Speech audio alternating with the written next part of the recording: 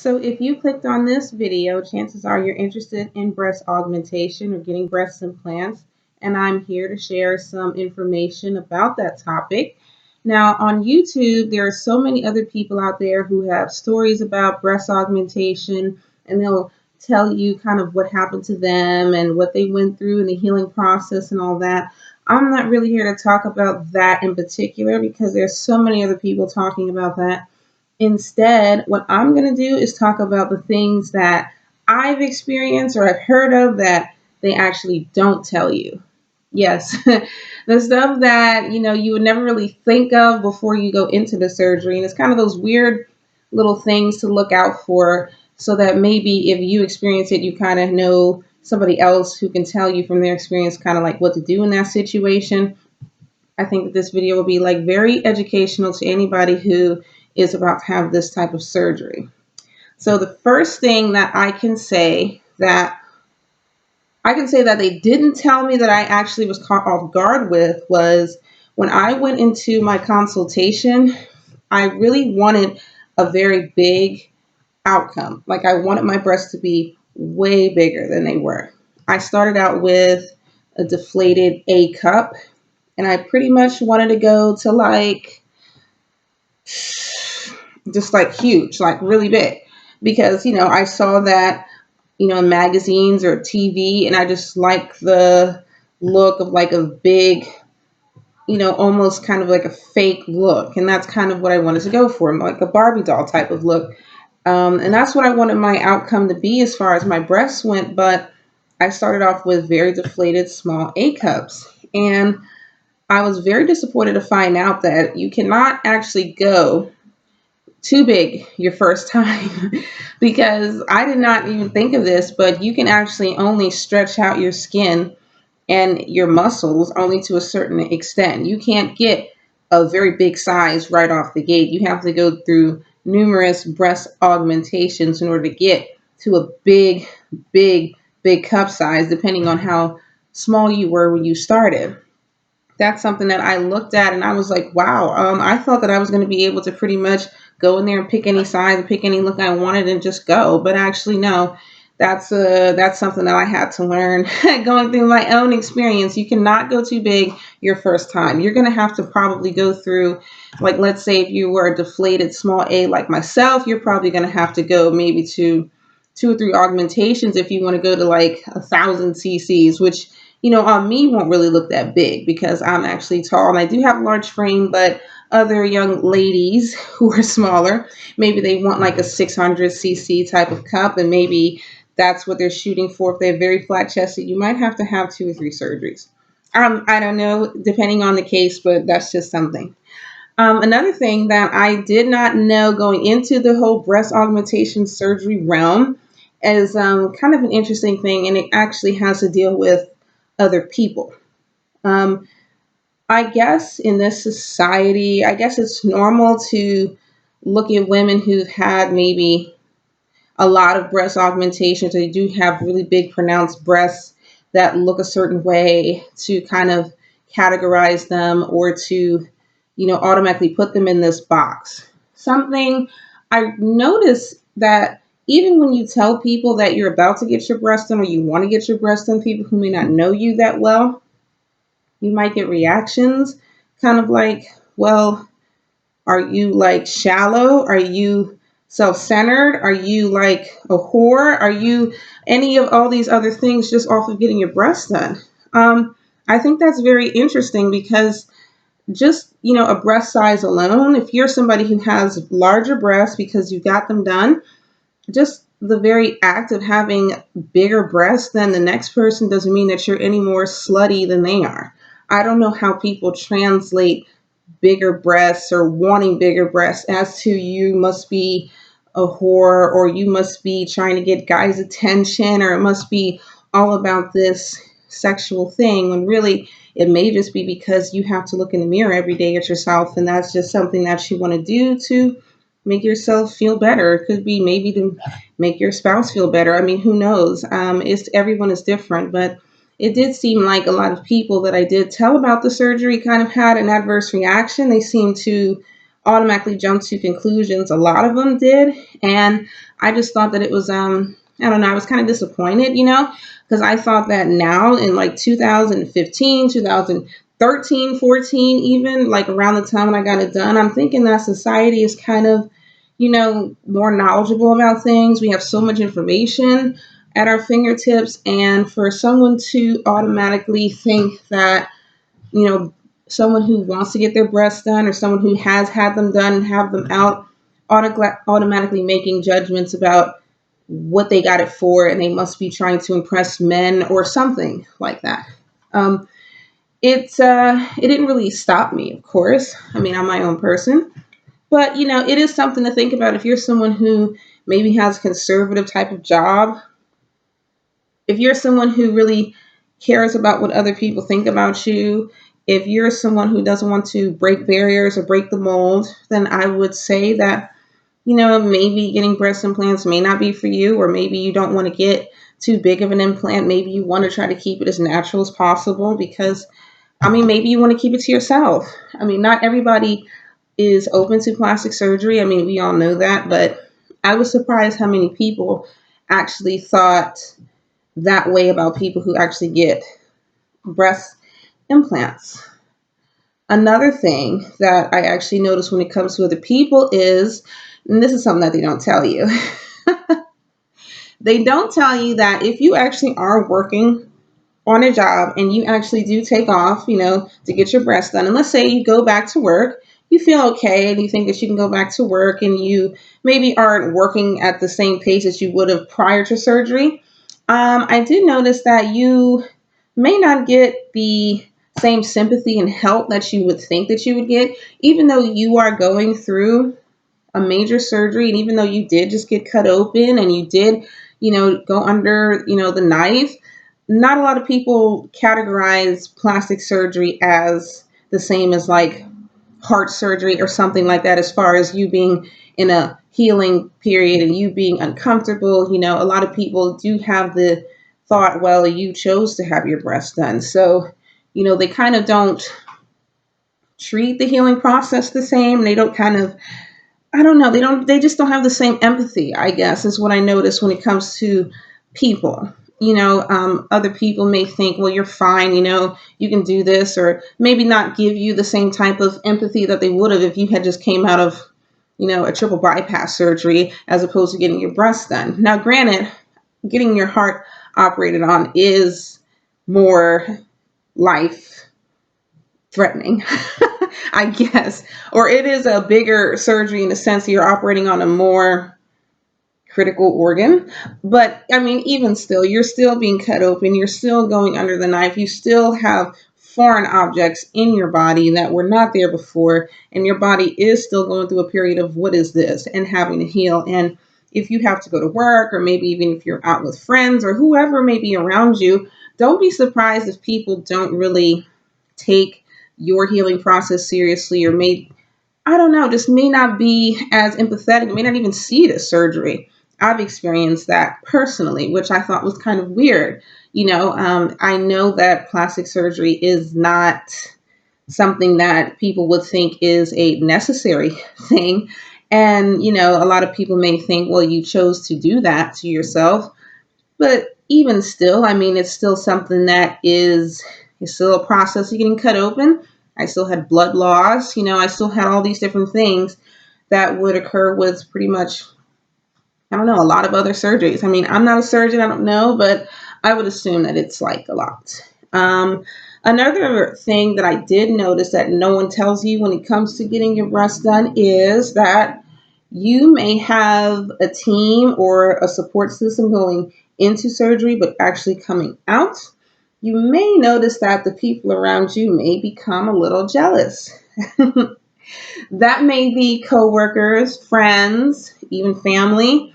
I mean, you just never know. And the jealousy can be kind of clear as day, or it can be kind of underlying. There have been people who may seem as though they're supportive of the surgery, but then talk about me behind my back.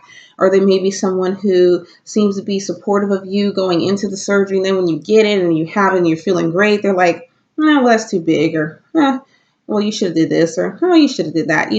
It can be just a thing. Well, even if you do tell them you're even thinking about having the surgery, they may want it for themselves, maybe, but they may tell you, nah, don't get it. You don't need it. Something, just anything to like deter you from getting something that they want.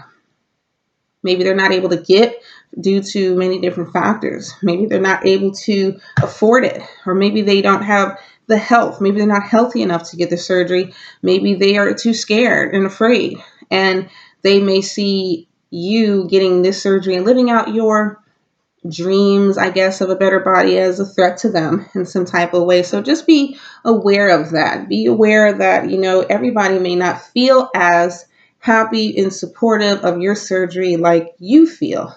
And don't be surprised and don't get upset about it. It may happen. I mean, it's human nature, and you never can really know exactly how people are going to really react unless they're really in a situation. So I would say if you're going to do this, they don't tell you that you may have to be your one and only supporter, and you have to be okay with that. You may have people who are there for you before you get implants, during the process, but then afterwards, maybe things and relationships may change. You never know. It doesn't really take much for relationships to change with people anyway. I mean, people get in fights over smaller things. People become distant over smaller things. So that's something they don't tell you going into breast implant surgery. Another thing, let's get off of the social thing. Let's get actually to something else I noticed after getting my breast done, which was I noticed that there were like fine hairs that grew on my breast after this surgery. And I think it started to come maybe like 6 months after I had the implants in. I noticed that there were fine hairs growing on my breast. Not so much that you could really see. You'd have to be really, really up close. I mean, you'd have to really be close to look at them, but I noticed that they weren't there before. Um, that's something that is maybe a little weird to look out for. That's something that, no one has told me before I got my breast done. I mean, it's not something that you're not gonna look like a hairy werewolf or anything, at least I hope not. But it will be, maybe if you look, you might notice that there's like a little bit of fine hair growth actually on your breast. I think that's normal.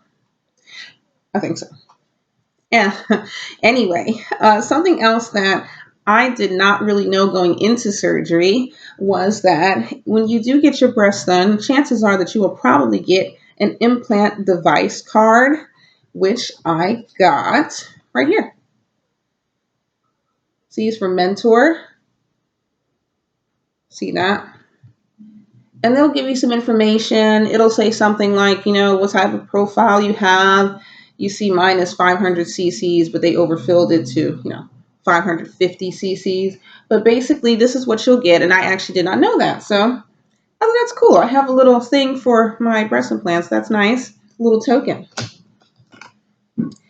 Something else that I did not know going into breast augmentation surgery, something that they may not really discuss with you, is that nipple sensitivity that you get, or lack thereof of nipple sensitivity. Um, I did have nipple sensitivity like on 10,000. Like when I got my breast done, there would be times when I couldn't even wear a bra. Like I had to be in the house walking around without a bra on, without anything touching. It felt like so sensitive. And I guess it's because you have, this new foreign thing on the nerves and the breast tissue, but it is like, it's crazy. So look out for that. Or look out, I've actually heard of people losing nipple sensitivity. That didn't happen to me. I actually got so sensitive. I had to walk around and just like do this because they were so sensitive. They were just like, another thing, another thing they don't tell you, some little known fact about getting your breast done is that your areolas around your nipple might actually stretch out. Or if they're big, then, they may just become like more pronounced and they may get bigger. That's not something that actually bothered me too much, but some people don't like having bigger areolas, or maybe they're big enough already and they don't want to pronounce that. So I would suggest if you're somebody who does not like having big areolas or you don't like that look, then maybe you should, I don't know, talk to your plastic surgeon about that before going into the surgery. Maybe he can cut it down for you because there's a good chance that the implant might actually spread that out and make the areolas around the nipple actually bigger. So I hope that that's some good information right there. Something else too is that I've gone to a lot of plastic surgeons for consultations, and I've heard of a lot of other people doing it too. And a lot of plastic surgeons do say that you should go ahead and get silicone. You know, so many people say silicone is so much more natural looking, natural feeling, just natural, and saline isn't. And I think that that's I guess it could be somewhat true to a certain extent, but not really. So, don't let any doctor or anybody tell you that you should definitely get silicone because it's so much more natural looking and feeling. Because this is something that they don't tell you is that if you're somebody who's super bony, super skinny, you don't have any breast tissue, and you're just basically nothing but skin and bones, then maybe that would be something for you. But if you're an average woman who has average body fat or even a little bit plus size, don't rush to get silicone implants just because, they look and they feel more natural. Because once you put saline in, I have saline, and I'll get into the reasons why I chose saline in a second. But basically, don't let them tell you that you pretty much have to get silicone, or because if you get saline, they're going to be super hard looking and super weird looking. They're not going to feel natural. That's just that's just not necessarily true. I'm someone who has like an average build, and I have saline implants, and my skin covers the implants. I have breast tissue that covers the implant, not much, but I do have some, and no one has ever looked at my breasts or looked at the shape and said, "Oh, they look really fake and hard." They actually do feel soft and natural, and they move around, they jiggle. I mean, nobody can even really tell that they are really fake unless I actually sit there and tell them. So don't, do your own research, look into your own self. You kind of know your body. And if you have a little meat on you, if you're an average, even if you are even like athletically built, that might not really be something that you have to do. And why spend an extra $1,000 on something that may not even be all of what it's cracked up to be? There are plenty of women who have saline implants who look really, really nice, really natural, if that's what you're going for. And if you want a fake look, you can do that with saline as well.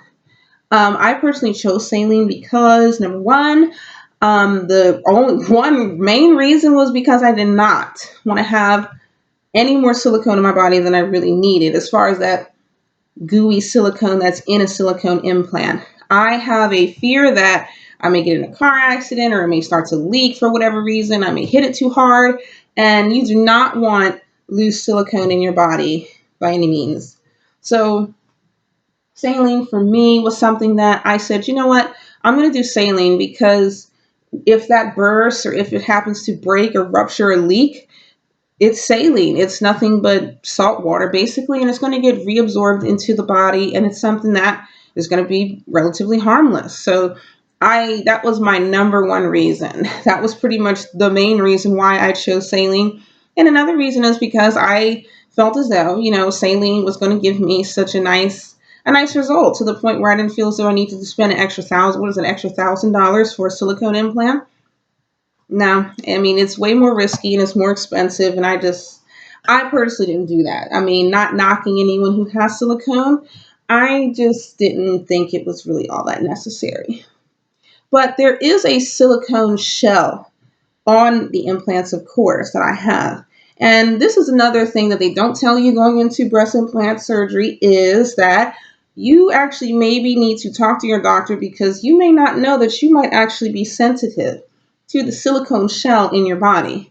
Granted, it's not fully silicone and there is saline inside, but the shell is silicone. And that might be something that your body might actually be um, not used to, and it might actually have an adverse reaction to. And that's something that you may actually have to think about before you put silicone in your body, even if it is just a shell for an implant.